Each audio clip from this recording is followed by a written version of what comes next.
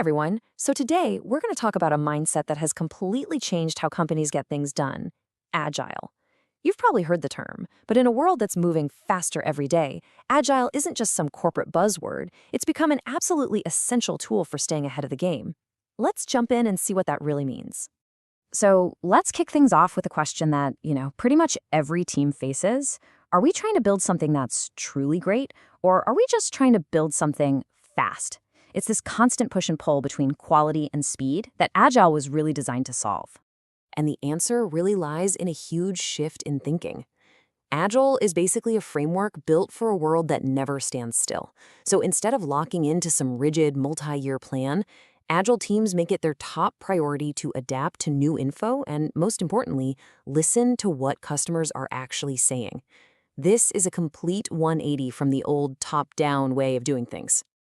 Okay, so that brings us to our first section. Why are we all talking about Agile, and why is it so important right now? Let's dig into what's really driving this massive shift. Think about it. The market today is like a wild, fast-moving river, not some straight, predictable highway. The thing is, old-school project management, with all its detailed upfront planning, is just too slow and stiff for this kind of environment. You risk spending a ton of time and money building something that's already out of date by the time it launches. So what's the real payoff here? What's in it for you? In this next part, we're going to break down the core benefits of Agile. We're going to answer a very simple question: why should you care? The first and most obvious win is speed. But look, this isn't just about moving fast for the sake of it. It's about getting real, actual value into your customers' hands sooner. When you can speed up that whole development cycle, you get a massive competitive edge that's really hard to beat. And we're not talking about a small improvement here. The numbers are, frankly, staggering. We're seeing teams get their products out the door 50 to 80% faster than their old-school counterparts. That's not just a little better, that's a total game changer for a company's ability to innovate.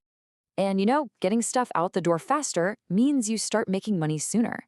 It's a pretty direct line. By delivering working software in these small, quick cycles, you basically get rid of all that work-in-progress limbo and start seeing revenue way earlier.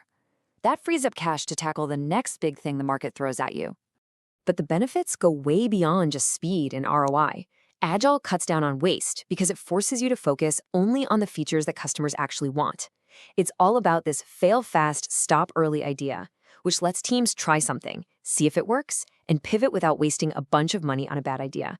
And maybe the most crucial part, it creates this constant feedback loop, so you know for sure that what you're building is what people actually need.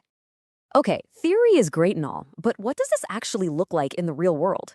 To see how it all comes together, let's walk through a little story of a team doing Agile right. So let's meet the players in our little story. We've got Alex, the product manager, Jamie, the developer, Sarah, a key stakeholder from another department, and Pat, who's here to be the voice of the customer. They're all in a room planning their next move. So Alex, the product manager, kicks things off. And right away, notice what he's doing. He's talking about feedback from the last cycle, what they call a sprint.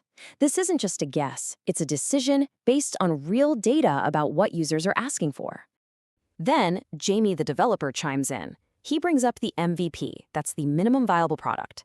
The plan isn't to build some perfect feature-packed thing right out of the gate. Nope, it's to deliver the simplest possible version that actually works and gives users value. And then he immediately pulls in Sarah. It's all about collaboration. Sarah, our stakeholder, jumps in to back that up. She reinforces the main goals: make it fast, make it easy to use. But then she does something absolutely critical. She turns to Pat, the most important person in the room, the customer representative. And boom, this is the magic moment right here. Pat gives super specific, useful feedback on a prototype they've already seen.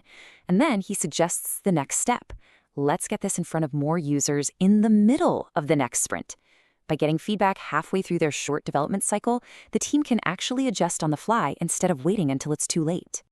So there you have it. In just a couple lines of dialogue, this team just showed us exactly what Agile is all about: adapting, iterating, working together, and being totally obsessed with feedback. That's the whole shebang right there. But here's the thing. Agile is way more than just a set of rules. It's a whole philosophy. And to see what happens when you miss that big picture, let's look at a little cautionary tale. Let's talk about a company called DigiSoft. DigiSoft's goal was pretty simple and probably sounds familiar. They wanted to keep up with the market. And on the surface, they were succeeding. They were shipping products faster than ever. The problem? Nobody really liked what they were shipping. There was this huge disconnect between what they were building and what customers actually wanted. And this happens all the time. This is such a classic mistake. DigiSoft got really good at being fast, but they forgot to be effective. They were doing all the agile things, the meetings, the sprints, but they totally missed the point, which is a relentless focus on customer value. See, being agile isn't just about your speed, it's about your direction. All right, that brings us to our last section. And now, it's your turn. We're going to put you in the driver's seat. Thinking about everything we've just covered, what advice would you give DigiSoft to get them back on track? So, first question for you. Thinking back to our little story, what specific agile habits or practices could DigiSoft steal from that team to get their product and their customers on the same page? Okay, let's get a little more specific. It's one thing to get feedback, but what do you do with it?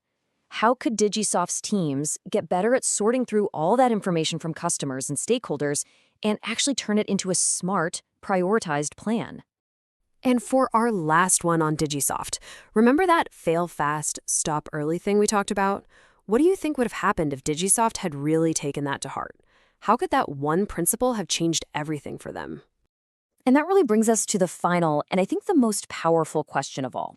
Let's forget about DigiSoft for a second. Let's talk about you. The real power of Agile isn't just about building things. It's a way of learning.